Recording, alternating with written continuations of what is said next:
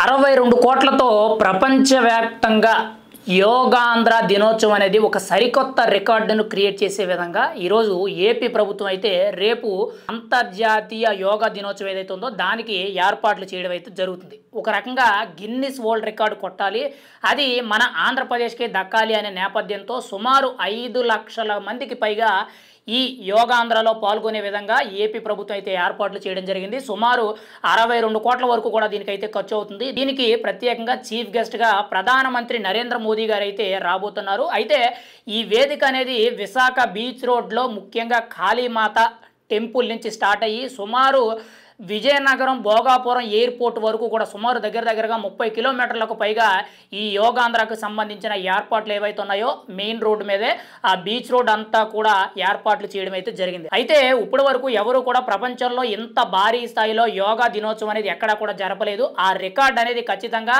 మన ఆంధ్రప్రదేశ్కి రావాలి, ప్రపంచ రికార్డుని ఖచ్చితంగా సాధించాలి, గిన్నిస్ వరల్డ్ రికార్డ్ అనేది సాధించాలనే నేపథ్యంతో ఆంధ్రప్రదేశ్ ప్రభుత్వం అయితే ప్రధానమంత్రి నరేంద్ర మోదీ గారి చేతుల మీదుగా ఆంధ్రప్రదేశ్ ముఖ్యమంత్రి అయిన చంద్రబాబు నాయుడు గారు, ఉప ముఖ్యమంత్రి పవన్ కళ్యాణ్ గారు, మిగిలిన మంత్రులతో సహా అందరూ కూడా చాలా పకడ్బందీగా ప్లాన్ చేయడం అయితే జరిగింది.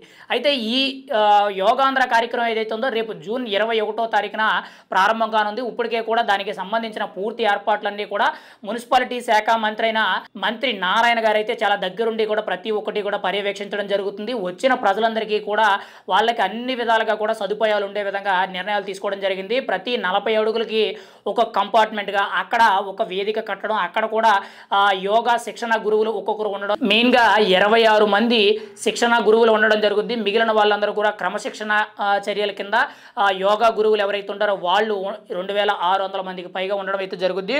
అయితే ఒకవేళ వర్షం వచ్చినట్లయితే కూడా ఈ కార్యక్రమం ఆగకూడదని చెప్పి ఆంధ్ర యూనివర్సిటీ గ్రౌండ్లో దాదాపుగా ఒకేసారి 20,000 మందికి పైగా అక్కడ ఆదివాసి గిరిజనులు ఎవరైతే ఉన్నారో వాళ్ళతో కూడా యోగా చేయించేందుకు నిర్ణయాలు తీసుకుని ఆల్రెడీ అక్కడ కూడా పటిష్టమైన ఏర్పాట్లు కూడా జరుగుతున్నాయి. అయితే ఇక్కడ ఈ యోగా ఆంధ్రకు సంబంధించి దాదాపుగా 3,000కు పైగా మరుగుదొడ్లు ఏర్పాటు చేయడం జరిగింది. ప్రతి 40 అడుగులకి ఒక కంపార్ట్మెంట్ కింద ఏర్పాటు చేయడం జరిగింది.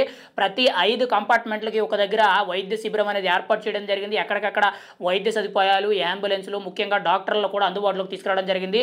అక్కడికి తరలి వచ్చే ప్రజలు ఎవరైతే ఉన్నారో వాళ్ళ కోసం అని చెప్పి దాదాపుగా ప్రభుత్వం తరపు నుంచి ఆర్టీసీ బస్సులు అనేవి 3,600 బస్సులు అనేవి ప్రభుత్వం తరపు నుంచి, దాదాపుగా 7,690 బస్సులు అనేవి ప్రైవేట్ బస్సులు అయితే ఏర్పాటు చేయడం జరిగింది.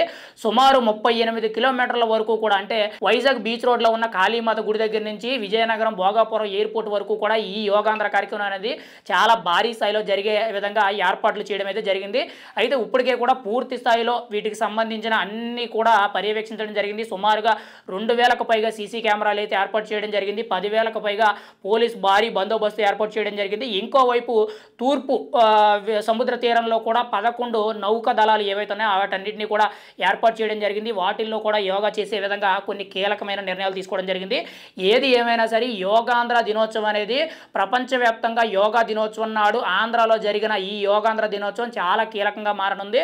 దాదాపుగా 62 కోట్ల రూపాయలు ఖర్చు చేసి దేశ ప్రధానమంత్రి నరేంద్ర మోదీ, ఆంధ్రప్రదేశ్ రాష్ట్ర ముఖ్యమంత్రి అయిన చంద్రబాబు నాయుడు గారు, ఉప ముఖ్యమంత్రి పవన్ కళ్యాణ్ గారి సారథ్యంలో ఇది చాలా భారీ స్థాయిలో జరగనుంది. ఈ అనుకున్నది అనుకున్నట్టు చాలా కరెక్ట్గా జరిగినట్లయితే ఖచ్చితంగా గిన్నిస్ వరల్డ్ రికార్డు సాధించే అవకాశం ఉందన్నట్టు నిపుణులు అయితే చెప్పడం జరుగుతుంది. ఇప్పటి వరకు కూడా ఎంత భారీ స్థాయిలో ఎవరు కూడా యోగా దినోత్సవం అనేది ఎక్కడా కూడా, అంటే ఏ రాష్ట్రంలో కానీ ఏ దేశంలో కూడా జరపలేదు. ఇది మొదటిసారి. ఖచ్చితంగా దీనివల్ల మన ఆంధ్రప్రదేశ్కి ఒక గుర్తింపు కూడా రావడం జరుగుతుందని చెప్పి చెప్పడం అయితే జరుగుతుంది.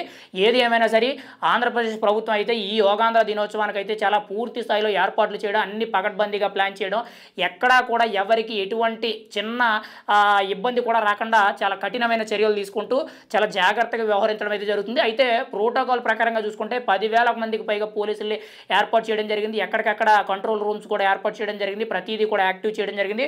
ఇప్పటికే కూడా బీచ్ రోడ్స్ అంతా కూడా ట్రాఫిక్ని అవాయిడ్ చేస్తూ ఆ రోడ్స్ అన్ని కూడా ఆల్రెడీ బ్లాక్ చేయడం కూడా జరిగింది.